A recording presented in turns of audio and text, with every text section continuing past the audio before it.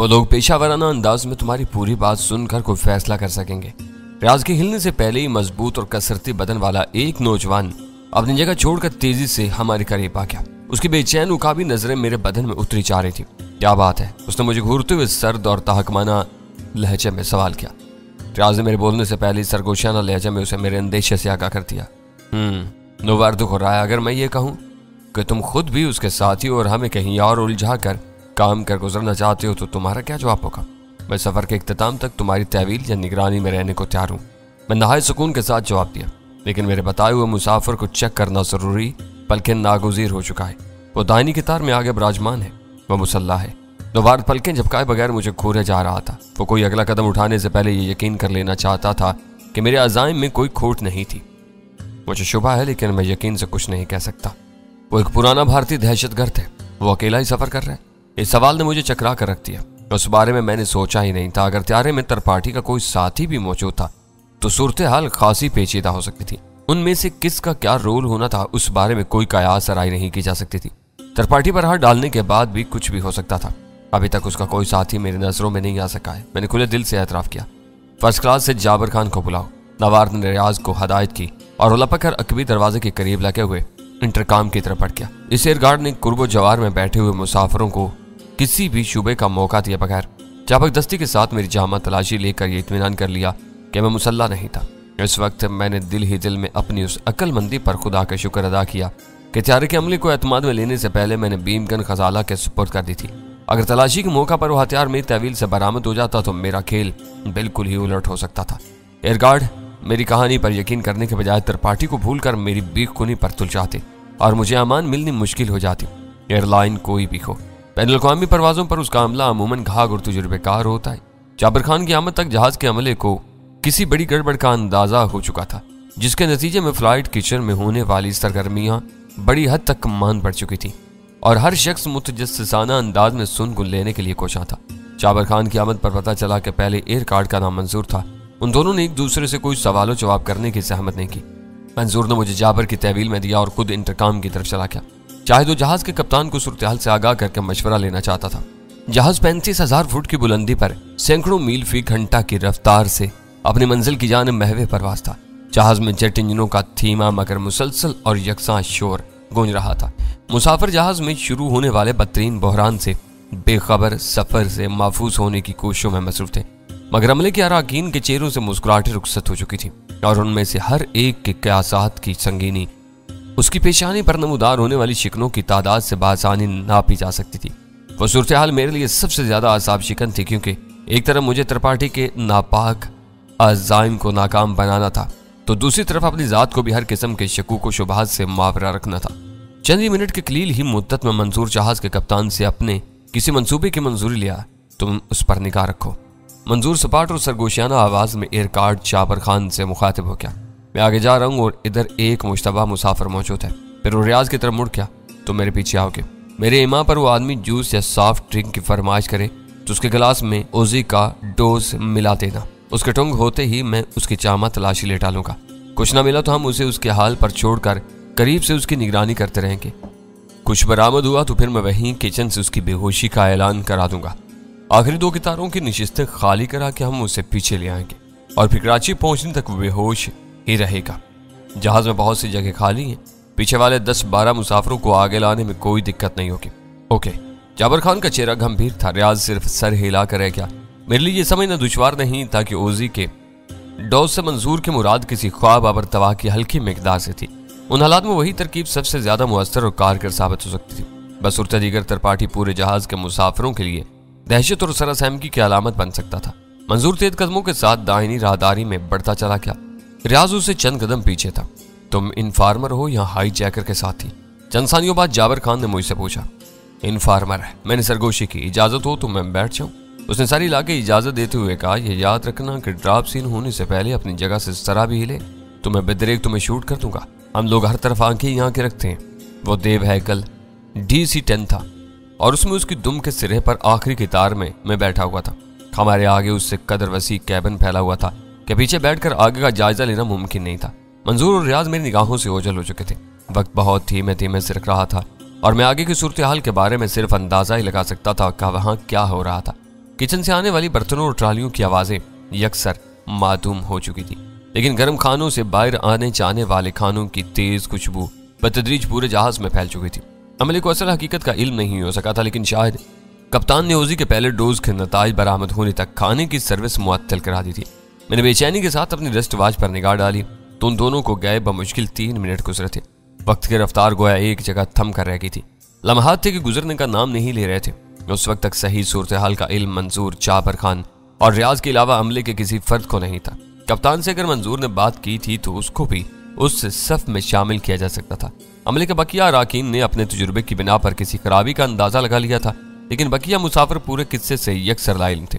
उनकी फरमाइशों, चहल पहल और बाथरूम्स की तरफ आमदरफ्त का सिलसिला हस्बे मामूल जारी था।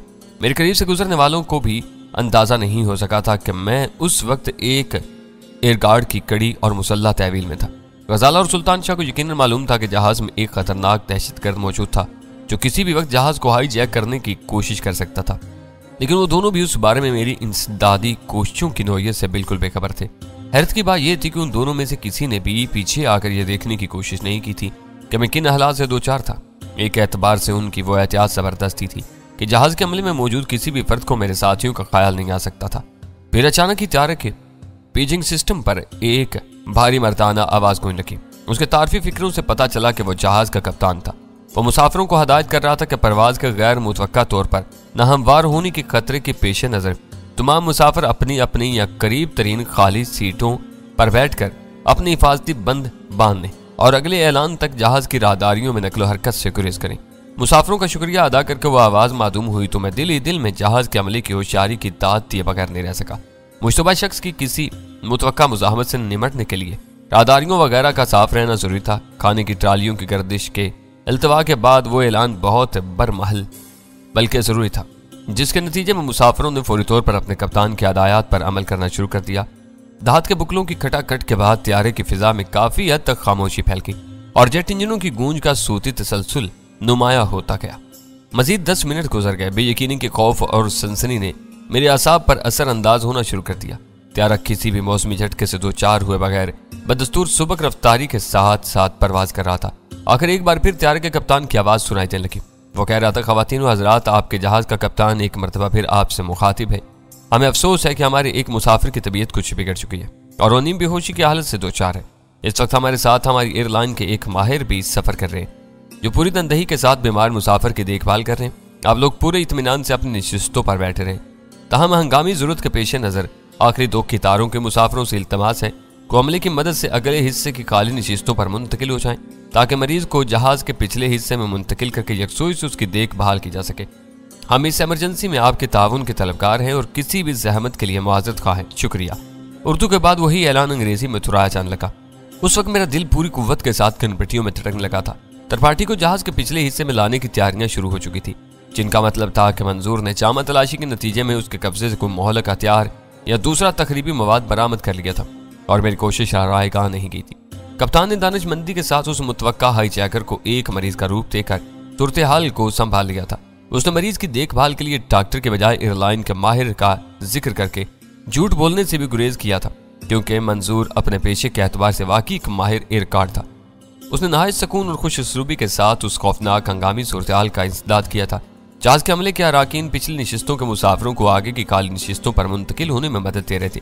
मुसाफिरों में शुरू होने वाली दबी दबी सरगोशियों ने एक गूंज की सूरत इख्तियार कर ली थी, जिसने आर्जी तौर पर जहाज के इंजनों के शोर को भी दबा लिया था। चंद मिनट के बाद बेहोश मुलजिम को सुबह से स्ट्रेचर पर डालकर पीछे ले आया गया। उसके पूरे बदन पर कंबल डाल दिया गया था। जहाज के अमले के तसर्रुफ में मौजूद दरमियानी 4 नशिस्तों के दस्ते ऊपर उठाकर उस हिस्से को बिस्तर की सूरत दे दी गई और फिर गंजे सर और सफेद ताड़ी वाले तरपाठी को स्ट्रेचर से उस आर्जी बिस्तर पर लुढ़का दिया गया। मंजूर के हाथ में एक ब्रीफकेस और शॉपिंग बैग मौजूद था। शायद दोनों चीजें तरपाठी ही की मलकियत थीं और मैं उनके बारे में मुतजस्सिस था। वो मुंतकिली मुकम्मल होती किचन के पर्दे सरकाए गए और खाने की ट्रालियां राहदारियों में निकल आईं। जहाज के अगले हिस्से में भी फुर्ती के साथ उस अमल का आगाज किया जा चुका था। मुसाफिरों का ज़हन बेहोश तरपाठी की तरफ से हटाने और उन्हें उनकी अपनी नशिस्तों पर मसरूफ रखने के लिए वो एक बेहतरीन हिकमत अमली थी। मुझे मान लेना पड़ा कि जहाज के अमले के अराकीन किसी भी हंगामी सूरत हाल से निमटने की बेहतरीन सलाहियतों से मालामाल थे। मंजूर ने ऊपर के एक मुकफ्फिल खाने से एल्युमिनियम की मजबूत हथकड़ियां वगैरह निकालकर जाबर खान की मदद से त्रिपाठी के हाथ उसकी पुश्त पर करके उनमें हथकड़ियां लगाई, फिर उसके पैरों में भी अल्युमिनियम की बेड़ियां डालकर उसके पूरे बदन को अच्छी तरह कंबलों से ढांप दिया ताकि कोई और उन जेवरात को न देख सके। उसके यहाँ लाए जाने का मतलब है कि यह मुसल्ला था। मौका पाते ही मैंने मंजूर को छेड़ा। मंजूर ने अपनी जेब से एक मुहिब रिवाल्वर निकालकर जाबर खान की तरफ बढ़ा दिया और बोला, इसकी जेब से 3.2 का ये भरा हुआ रिवाल्वर बरामद हुआ था और एक कलम नुमा पिस्तौल भी था। और उसका दस्ती सामान? जाबर खान ने मुतजस्सिस लहजे में सवाल किया। उसे अब देखना होगा। मंजूर ने ब्रीफ केस और शॉपिंग बैग त्रिपाठी के बदन पर रखते हुए कहा, वैसे इस पिस्तौल ही की बिना पर इसका खाना खराब किया जा सकता है। दौरान परवाज दूसरे मुसाफिरों के तहफ्फुज़ के लिए हम नेक नीयती के साथ किसी के साथ ज्यादती कर बैठे तो उस पर बाज पुरस नहीं हो सकती। आखिरी फिक्रे उसने मुझसे मुखातिब होकर कहे थे और उसमें सबसे ज्यादा जोर नेक नीयती पर था। त्रिपाठी के ब्रीफ केस में दीगर सामान के अलावा 3 खतरनाक अशिया भी मौजूद थी। उनमें सिगरेट केस की शक्ल का एक प्लास्टिक बम था, दूसरा खंजर जैसी दोरी और तेज धार वाला चाकू था जिसका पल 3 इंच लंबा था। उस चाकू का पल बटन दबाने पर लकड़ी के वजनी खोल से उछल कर बाहर आता था। और तीसरी एक बड़ी शीशी थी जिसमें किसी शफाफ सियाल में हल्के बादामी रंग के चंद बेहंगम डले पड़े हुए थे। पहले वो दोनों उस शीशी की नौयत को नहीं समझ सके मगर उनकी आंखों से शुबहात छलक रहे थे। फिर मंजूर ने शीशी का ढक्कन खोलकर उसे सूंघा तो वो बेख्तियार एक गहरा सांस लेकर रह गया और उसने शीशी दोबारा बंद कर दी। मिट्टी का तेल है। उसने जाबर खान को आगाह किया।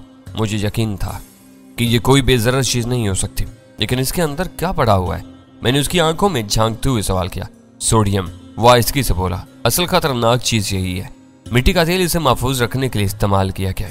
ये वाकई कोई बहुत तजुर्बेकार और घाघ दहशत गर्द मालूम होता है, लेकिन सोडियम तो लोहे, तांबे और सोने की तरह एक कुदरती धातु होती है। मैंने अपनी उलझन का इजहार किया। हाँ, लेकिन यह दुनिया की वाहिद धात है जो फिजा के आम दर्जा हरारत पर ऑक्सीजन मिलते ही तेजी से जल उठती है। इसी वजह से इसे ऑक्सीजन से बचाने के लिए मिट्टी के तेल में महफूज रखा जाता है। ये शीशी टूटते ही सोडियम आग पकड़ लेता और पूरे काकपिट को जलाकर खाकस्तर कर सकता था। लेकिन ये सब चीजें सिक्योरिटी से कैसे बच गईं? मैंने हैरत से सवाल किया। गैर रवायती हथियारों के मामले में चूक हो ही जाती है। प्लास्टिक बम में धात नहीं होती। एक्सरे मशीन पर इसे सिगरेट केस समझ लिया गया होगा। चाकू को भी कलम तराज कहकर छोड़ा जा सकता है और सोडियम को तो कोई बहुत ज्यादा तजुर्बेकार शख्स ही पहचान सकता है। चालाक मुजरिम जदीद तरीन आलात को आम तौर पर अपने तजुर्बे से ही मात देते हैं। इसी वजह से आलात पर 100% इंहिसार नहीं किया जाता।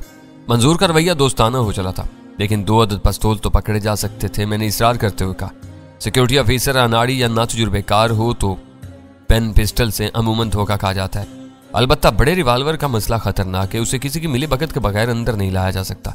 बहरहाल ये गनीमत है कि तुम्हारी निशानदेही की वजह से हम कोई बड़ी वारदात रुमा होने से पहले उसे पकड़ लेने में कामयाब हो गए। इसके कब्जे से जो साजो सामान बरामद हुआ है उसके बिना पर यह बात पूरी यकीन के साथ कही जा सकती है कि यह हाई जैकिंग के इरादे से इस जहाज पर सवार हुआ था। अब कराची एयरपोर्ट पर तुम्हारे बयान के बाद हम उसे बुरी तरह अपने चुंगल में जकड़ लेंगे। मैं बता चुका हूं कि मैं अपनी पेशावराना मजबूरियों की वजह से अपनी शिनाख्त जाहिर नहीं कर सकता, इसलिए मुझे पसे पर्दा ही रहने दो। मैं कोई बयान नहीं देना चाहता, लेकिन हमें कुछ न कुछ तो बताना ही होगा कि हमें इस मुसाफिर पर क्यों हाथ डालना पड़ा। अपने शुबहात की बिना पर भी तुम कार्रवाई कर सकते हो, बल्कि ये तुम्हारे लिए ज्यादा एजाज की बात होगी। फिर त्रिपाठी के पासपोर्ट की वर्गरदानी की बारी आई तो पता चला कि उसका पूरा नाम BL त्रिपाठी था। पेशे के खाने में उसे होम्योपैथिक डॉक्टर जाहिर किया गया था। मुस्तकिल पता बेंगलोर का था। उसके भारतीय पासपोर्ट पर बहुत ज्यादा गैर मुल्की वीजा नहीं थे। वो सिर्फ 3 बार हांगकांग आया था। हैरत की बात यह थी कि उसके पासपोर्ट पर पाकिस्तान में 3 माह कायम का नया वीजा लगा हुआ था। गालिबन PIA की कराची जाने वाली किसी भी परवाज का टिकट खरीदने की सूरत के पेश नजर उसने वो वीजा लगवा लिया था। मेरी मालूमात के मुताबिक हांगकांग से पाकिस्तानी वीजा जारी नहीं किया जाता था, इसलिए त्रिपाठी ने अपनी जरूरियात के पेश नजर 40 वीजा लगवाया था, जो मोहरों के मुताबिक नई दिल्ली के पाकिस्तानी सफारत खाने से 15 दिन पहले जारी किया गया था। उन शहादतों के सामने आने से यह बात साबित हो गई थी कि पाकिस्तान में मुतय्यन बहुत से भारतीय सफारतकार इंडियन सीक्रेट सर्विस के एजेंट थे और उसके तकरीबी मंसूबों को परवान चढ़ाने के लिए पूरे पाकिस्तान और खास तौर पर सिंध में सरगर्म अमल थे। मुल्ला सरकार के जरिए ब्लैक कैट्स का नाम सामने आया था, जो इंडियन सीक्रेट सर्विस का दहशत गर्दी का शोबा था। और फिर वीरा से मालूम हुआ कि श्री मान सिंह इंडियन सीक्रेट सर्विस के रिसर्च एंड एनालिसिस विंग या रा के लिए काम कर रहा था। उनके शोबों के नाम कुछ भी रहे, वो लोग पाकिस्तान की सलामती और इस्तेकाम को तबाह करने पर तुले हुए थे और अपने मकासद के हसूल के लिए शीत जैसी रसवाए समाना तंजीम से मदद लेने से भी गुरेज नहीं कर रहे थे। ये एयर सिक्योरिटी की तारीख का शायद पहला वाक़या है कि किसी मुसाफिर की निशानदेही पर कोई फिजाई कज़ाक वारदात के इर्तिकाब से पहले पकड़ा गया हो। पूरी कार्रवाई से फारिग होने के बाद मंजूर ने अगली सीट पर बैठते हुए कहा, मैं अभी ये समझने से कासिर हूं कि तुम्हें उस पर कैसे शुबा हुआ। शुबा नहीं हुआ, बल्कि मुझे पूरा यकीन था, क्योंकि मैं इस दहशतगर्द को इस हुलिये में पहचानता हूं जो इसकी पासपोर्ट पर लगी हुई तस्वीर से जाहिर हो रहा है। इस वारदात के लिए त्रिपाठी ने अपने हुलिये में नुमाया तब्दीलियां की हुई थी, फिर भी वो मेरी निगाहों से नहीं बच सका। इसके हुलिये की तब्दीली से ही मुझे यकीन हो गया था कि इसके इरादे नेक नहीं थे, और तुम्हारे बयान के मुताबिक ये इंडियन सीक्रेट सर्विस का तरबीज याफ्ता दहशतगर्द है। यह हकीकत हर शुबे से बालातर है। मैंने पूरे एतमाद के साथ जवाब दिया। उसकी टटोलने वाली नजरें मेरे चेहरे पर मरकूज होगी। इसका मतलब है तुम भी पाकिस्तान के किसी खुफिया इदारे से ताल्लुक रखते हो, आर्मी, नेवी या एयरफोर्स।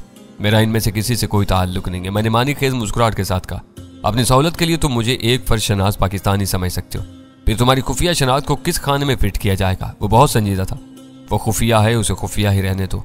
मैंने उठते हुए कहा, इजाजत हो तो मैं अपनी निशिस्त पर वापस चला जाऊं, या मेरा काम खत्म हो चुका है और मुझे भूख भी लग रही है।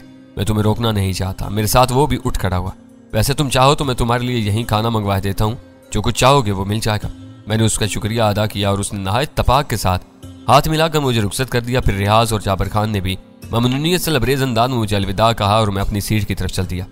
इस सबर में कोई शुबा नहीं था कि BL त्रिपाठी को गजाला नहीं शनाख्त किया था, लेकिन उसके बाद के तमाम अंदाजे मेरे अपने थे जो पूरी तरह दुरुस्त साबित हुए थे।